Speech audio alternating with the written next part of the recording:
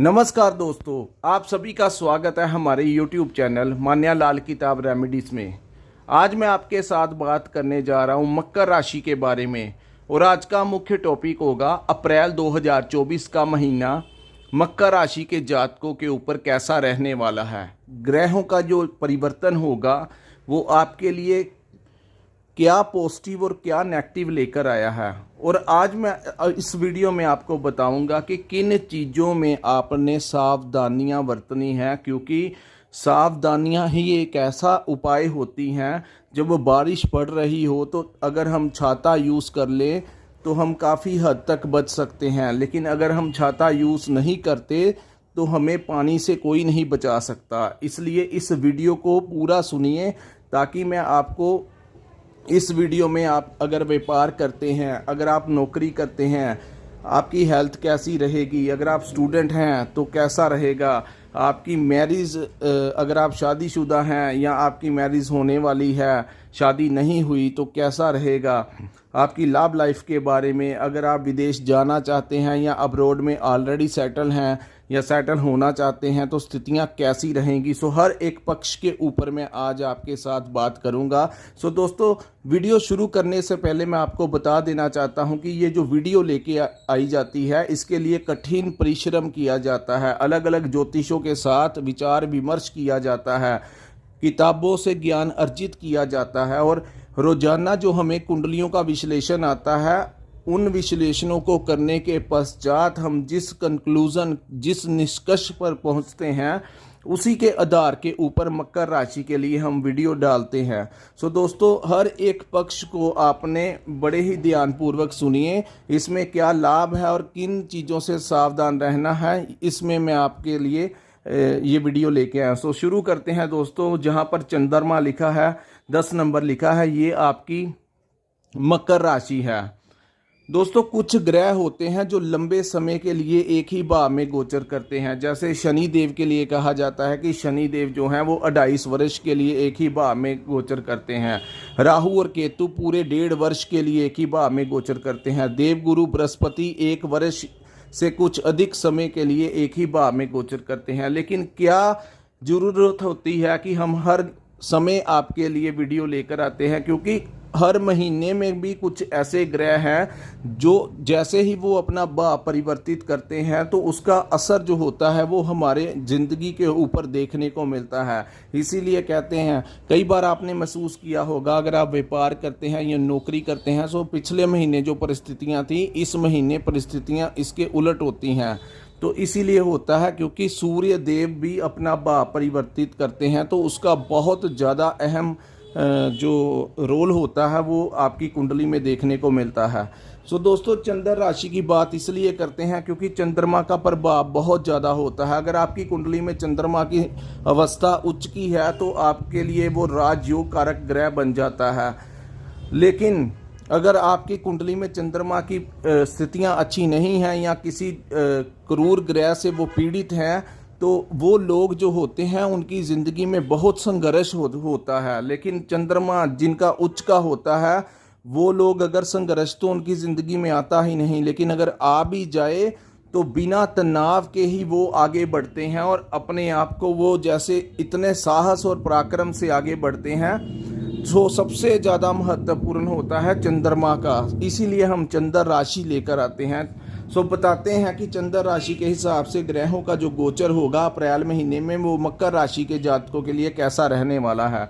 सो दोस्तों, इस महीने के 23 अप्रैल तक शनि और मंगल की युति जो है वो आपके धन भाव में बनी रहेगी। धन भाव में शनि और मंगल की युति का मतलब होता है दोस्तों, ये युति धन भाव में अच्छी ही मानी जाती है। सो पैसे का आगमन जो है वो होता रहेगा इस महीने 2 ऐसे राजयोग बनेंगे आपकी कुंडली में। एक राजयोग है मालवीय राजयोग, जब शुक्र 31 मार्च को मीन राशि में चले गए। सो मीन राशि में शुक्र का जाना कहीं ना कहीं बहुत ज़्यादा धन से संबंधित जो परेशानियां लोगों को आ रही थी वो अप्रैल महीने में काफ़ी हद तक उनके पक्ष में आती हुई दिखाई देगी। जो प्रॉब्लम्स, फाइनेंशियल स्थितियां जैसी थी उससे बेहतर परिणाम जो होगा वो अप्रैल महीने के में आपको दिखेगा। लेकिन अगर ज़्यादा पॉजिटिव चाहते हैं तो वो मिड अप्रैल के बाद होगा, क्योंकि मिड अप्रैल तक सूर्य और राहु की युति बनी रहेगी, जिसको हम ग्रहण दोष कहते हैं।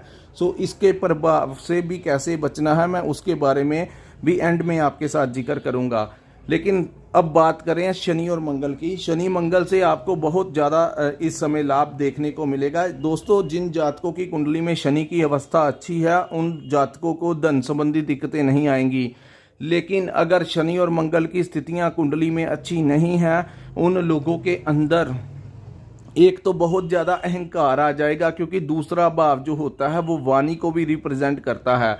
सो वाणी जैसे भाव के अंदर दो ऐसे ग्रहों का बैठना, जो एक मंगल है और एक शनि है, ये दोनों ही ग्रह जो है ये आपस में अति शत्रुता रखते हैं। सो इसका जो असर होगा वो आपको आप में देखने को मिलेगा। आपकी जो वाणी होगी इस महीने, अगर आपने बुध अपने का इलाज कर लिया, बुध के उपाय कर लिए तो ठीक है। वैसे तो बुध भी इस महीने अच्छी अवस्था में रहेंगे। सो पिछले महीने से इस महीने थोड़ा सा फर्क लगेगा। आपकी वाणी में कठोरता जरूर आएगी, क्योंकि ये अहंकार पैदा करते हैं। किसी से भी बात करते समय आपने ये चीज़ें ध्यान रखनी है कि आपकी वाणी में उग्रता ना आ जाए, ऊंची आवाज़ में, या किसी के साथ बहुत ज़्यादा बदतमीजी से भी बात कर सकते हैं। सो क्रोध को नियंत्रण रखना इस महीने ज़रूरी है, क्योंकि शनि और मंगल की युति से ऐसी संभावनाएं पैदा होती हैं। धन के लिए तो अच्छा रहेगा, लेकिन वाणी में मधुरता बनाए रखें, अन्यथा इसका परिणाम अच्छा नहीं होगा। किसी से भी हम बात करें तो प्यार से ही करनी चाहिए। सो कहते हैं कि डिस्कशन के ज़रिए हम हर परिस्थितियों को हैंडल कर सकते हैं। सो अगर डिस्कशन, जो लोग समझदार होते हैं वो हर एक प्रॉब्लम को डिस्कशन के साथ सॉर्ट आउट कर सकते हैं। लेकिन अगर हम उग्र हो जाएं, सो बनी बनाई बात का भी हम उलट परिस्थितियों में ले जाते हैं। सो आपने अपनी वाणी के ऊपर थोड़ा सा कंट्रोल रखना है, अपने क्रोध के ऊपर नियंत्रण रखना है। वही मैं बात करूंगा तीसरे भाव में सूर्य राहु की जो युति बनी हुई है। दोस्तों, ये युति जो है, इससे आपने इस महीने, क्योंकि जैसे जैसे 8 अप्रैल का समय नज़दीक आता जाएगा तब तब आपने अपना थोड़ा सा ध्यान रखना है, क्योंकि जब ग्रहण 8 अप्रैल 2024 को ग्रहण का समय होगा, उस दिन अमावस बनती है। दोस्तों, राहु पूर्ण बल के साथ सूर्य देव को अपने मुख के अंदर निगल लेंगे। हालांकि निचला हिस्सा ना होने के कारण कुछ ही घंटों में सूर्य देव बाहर आ जाएंगे। लेकिन ये युति जब से बनी है तब से आप देख रहे हैं कि कुछ मंत्री जेल में जा रहे हैं, कुछ के ऊपर कार्रवाई हो रही है, कुछ राजनेता जो हैं वो अपनी पार्टी को छोड़कर दूसरी पार्टी में जा रहे हैं, कुछ दूसरी को छोड़कर तीसरी में जा रहे हैं। सो बहुत बड़े लेवल पे जो राजनीति की उथल पुथल मची हुई है, उसका मेन कारण है कि राहु और सूर्य की युति बनी हुई है, जिससे सूर्य जो है वो राहु के प्रभाव में दिन प्रतिदिन आ रहे हैं, और इनका प्रभाव जो होगा वो 8 अप्रैल तक मेन रहेगा। और उसके 3-4 दिन बाद भी, यानी कि जब तक ये युति खत्म नहीं हो जाती, सूर्य देव राहु से अलग होकर चतुर्थ भाव में नहीं चले जाते, तब तक का जो समय है वो भारत की सियासत एक प्रैक्टिकल उदाहरण है। जो हो रहा है वो इसी ग्रहण अवस्था के कारण हो रहा है। दोस्तों, उस समय ब्रह्मांड में एक अजीब सी हलचल होती है जब ग्रहण का समय होता है।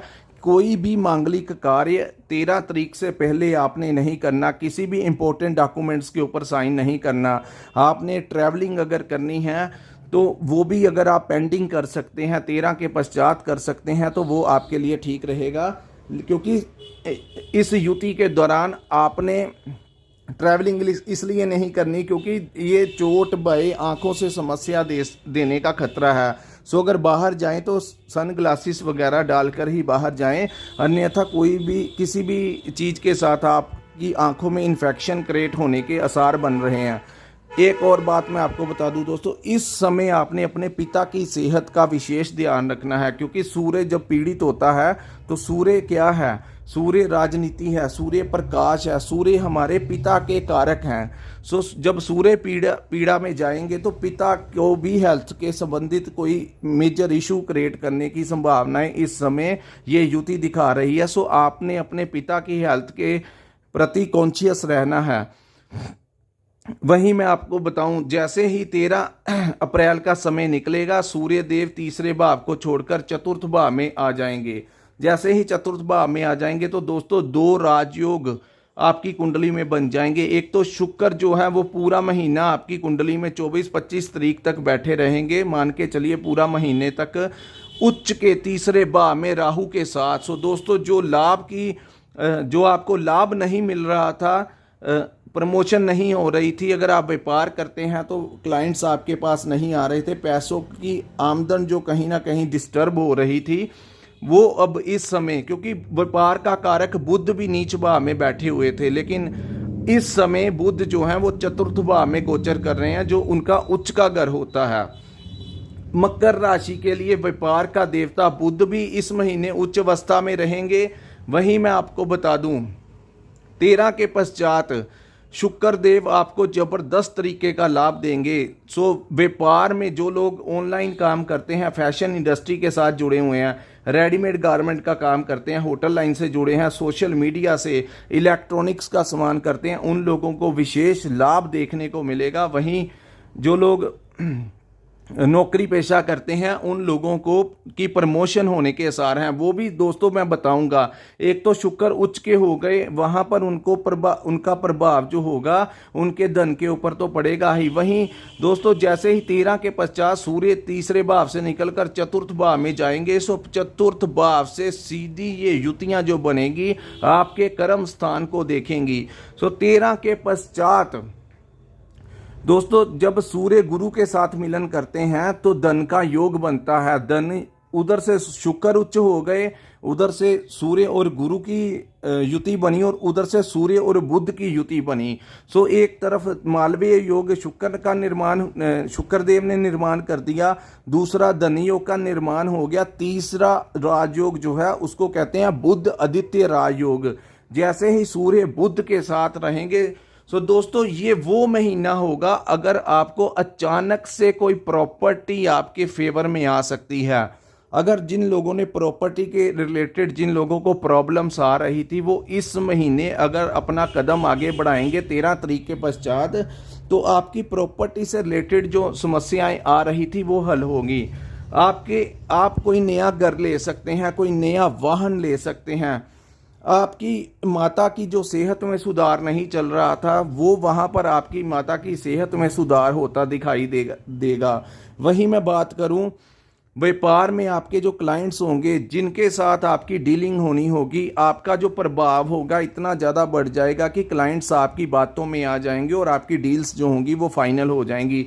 सरकारी टेंडर जो लोग बढ़ते हैं उनको बहुत अच्छा ही आमदन होने की, पुरानी पेमेंट्स जिन लोगों की फंसी हुई थी उनकी पेमेंट्स मिलने की संभावनाएं हैं। और वहीं मैं बात करूं जो लोग नौकरी में हैं या नौकरी पाना चाहते हैं, वो लोग 13 के पश्चात ट्राई कीजिए। जैसे ही आप इंटरव्यू देने जाएंगे, जिन लोगों की नौकरी, जो लोग अप्लाई करेंगे उनके लिए मैं टिप दे रहा हूं, जो लोग नौकरी के लिए जाएंगे उनकी बातों में इतना प्रभाव होगा कि इंटरव्यू लेने वाला जो होगा वो आपकी बातों में ही प्रभावित हो जाएगा, और आपके लिए जॉब लगनी जो है वो इस समय जॉब लगकर ही रहेगी। वहीं मैं आपको बता दूं, जिन लोगों ने जिनकी प्रमोशन अटकी हुई थी, उन लोगों की प्रमोशन जो है वो होने के चांसेस हैं। उसका भी कारण बताता हूं, क्योंकि इस समय कर्म स्थान के ऊपर जो दृष्टि सूर्य के उच्च की हो जाएगी 13 के पश्चात, तो वहां से प्रमोशन के चांसेस बढ़ जाएंगे। आपके अंदर एक ऐसी एनर्जी का संचार होगा कि उच्च अधिकारी जो हैं आपके काम से इतना प्रभावित होंगे कि उसी प्रभाव के कारण वो आपके लिए रिकमेंड कर देंगे अपनी कंपनी को, आपकी प्रमोशन के लिए, आपकी सैलरी को बढ़ाने के लिए। सो 13 तारीख के पश्चात मकर राशि वालों का जो समय होगा वो काफ़ी हद तक आपकी फेवर करेगा। वहीं मैं बताऊं आप लोगों को, जिन लोगों ने फ़ॉरेन के लिए अप्लाई करना है वो लोग 13 के पश्चात अप्लाई करेंगे तो वीज़ा मिलने के बहुत ज़्यादा चांसेस हैं। स्टूडेंट्स लाइफ में भी आपको थोड़े से परिश्रम से ही लाभ मिलेगा। आपकी जो स्टडी में ऑब्स्टेकल्स आ रही थी, परेशानियां आ रही थी या रुकावटें आ रही थी, उन लोगों की परेशानियां दूर होंगी, क्योंकि बुध जो हैं वो उच्च के हो जाएंगे और यहाँ गुरु भी जो हैं वो अच्छा परिणाम देंगे। और सूर्य जैसे ग्रह जो जिनका अपना ही सबसे ज़्यादा प्रभाव दिखाई देता है, उन लोगों को, जो लोग राजनीति से जुड़े हैं, उनको विशेष सफलता जो है वो अप्रैल अंत तक मिलने की संभावना है। कोई बहुत बड़ी रेजिग्नेशन मिल सकती है। सो ये जो टाइम है वो मकर राशि वालों के लिए बहुत ज़्यादा फायदेमंद साबित होगा। शुक्र के उच्च होने के कारण जिन लोगों की शादी नहीं हुई उनके घर में कोई प्रस्ताव आ सकता है, किसी की लव मैरिज हो सकती है। अपने लव पार्टनर के साथ आप कहीं पर घूमने फिरने बाहर जा सकते हैं। जिनकी जो मैरिज लाइफ में जो परेशानियां चल रही थी उनका भी अंत होगा। लेकिन दोस्तों 13 तारीख तक आपने अपने पार्टनर के साथ किसी भी प्रकार से, क्योंकि शनि और मंगल की युति बनी हुई है और वहीं सूर्य और राहु की युति बनी है, मैरिज लाइफ में आपने अनबन नहीं होने देनी। अगर छोटी मोटी कोई बात होती है तो ग्रह आपने इग्नोर करना है, क्योंकि ग्रहण का प्रभाव इतना ज़्यादा बढ़ेगा कि वो आपकी छोटी सी बात को भी राई का पहाड़ बनाने में समय नहीं लगाएगा। सो ये टाइम निकल जाएगा, आपने मैनेज करके निकाल लेना है। 13 के बाद सारी परिस्थितियां एकदम से चेंज होनी शुरू हो जाएंगी। जो अभी तक स्ट्रगल चल रही थी वो 13 के पश्चात ठीक हो जाएगी। और बुध भी जिस भाव में बैठे हैं, आपके घर में कोई नया वाहन आ सकता है। अगर आपने कोई प्लानिंग कर रहे हैं तो आपके लिए मैं आपको बता दूं कि कोई नया वाहन आपके घर में आ सकता है। आप किसी नए घर में प्रवेश कर सकते हैं। प्रॉपर्टी आपको अचानक से भी मिल सकती है। वहीं जिन लोगों को प्रॉपर्टी अगर आपने सेल करनी थी, नहीं सेल हो रही थी, तो उन लोगों को अच्छे दाम के साथ प्रॉपर्टी सेल हो जाएगी। सो कुल मिलाकर मकर राशि का जो समय होगा 13 तारीख के पश्चात का बहुत अच्छा आएगा। अब हम बात करते हैं आपके नवम भाव में भाग्य स्थान में केतु बैठे हुए हैं। दोस्तों केतु का भाग्य स्थान में बैठना कहीं ना कहीं आपके भाग्य में उन्नति का कारक बनेगा, क्योंकि ये शनि देव के मित्र भी हैं। सो 9th हाउस में जब केतु बैठेंगे तो कहीं ना कहीं आपके अंदर धार्मिक प्रवृत्ति आपकी बढ़ेगी। धर्म के रिगार्डिंग कार्य, मंदिर जाना, सत्संग सुनना, ऐसा जो ध्यान लगाना, इन चीज़ों के प्रति मकर राशि वाले जातकों को फील भी हो रहा है कि उनका धार्मिक कार्य में रुचि उनकी दिन प्रतिदिन जो बढ़ रही है। उसका मेन कारण है कि केतु आपकी कुंडली के नवम भाव में गोचर कर रहे हैं। जब नवम भाव में केतु गोचर करते हैं तो इंसान की आत्मा को इतना शुद्ध कर देते हैं कि वो भगवान के साथ जुड़ते हैं, वो धार्मिक कार्य करते हैं। किसी गुरु धारणा कर सकते हैं आप, किसी बड़े जो गुरु लोग हैं उनके साथ आपकी भेंट हो सकती है, आपको उनका आशीर्वाद प्राप्त हो सकता है। सो जो लोग ट्रैवलिंग के साथ रिलेटेड काम करते हैं उनके लिए भी ये समय जो होगा बहुत ही अच्छा रहने वाला है। सो दोस्तों ये वीडियो थी मकर राशि के ऊपर। अगर आपको हमारा ये एनालिसिस अच्छा लगा हो तो हमारी वीडियो को लाइक और सब्सक्राइब करना मत भूलिए। और दोस्तों कमेंट जरूर किया कीजिए, ताकि इतनी मेहनत के बाद जो आपके लिए वीडियो बनाई जाती है, जब आप हमें कमेंट करके बताते हैं कि हमारा एनालिसिस कैसा लगा, तो हमें एक खुशी होती है कि हमारी मेहनत जो है वो लोगों को पसंद आ रही है, आप सभी को पसंद आ रही है। हमारे द्वारा दी गई जानकारी वो आपको मिल रही है और आपसे मैच हो रही है, तो हमें और आगे बढ़ने के लिए आप प्रेरणा देते हैं। सो यही मैं आपको कहूँगा कि हमें कमेंट जरूर किया कीजिए। और जिन जातकों ने अपनी कुंडली का विश्लेषण करवाना होगा, स्क्रीन के ऊपर और डिस्क्रिप्शन में हमारा नंबर आपको दिखाई देगा। आप हमारे साथ कांटेक्ट करके अपनी कुंडली का पूर्ण विश्लेषण करवा सकते हैं। यहाँ पर मैं आपको ये भी बताऊंगा कि दोस्तों कुंडली के अंदर जो महादशा या अंतरदशा चल रही होती है, उन्हीं ग्रहों का सबसे ज़्यादा प्रभाव जो होता है वो देखने को मिलता है। सो जिस भी ग्रह की महादशा चल रही है इस समय आपके ऊपर, वो ग्रह जिस भी भाव में बैठा है उससे सबसे ज़्यादा रिजल्ट जो है उसी भाव से आपको मिलने की संभावनाएं पैदा होती हैं। सो सब कुछ जो होता है वो आपकी जन्म कुंडली के अंदर ही, बर्थ चार्ट के अंदर ही होता है। सो उसके विश्लेषण में सब कुछ ही मालूम पड़ जाता है कि एक्चुअल में स्थितियां कैसी हैं। सो दोस्तों यहीं पे हम अपनी वीडियो को विराम लगाते हैं। नमस्कार, जय माता दी।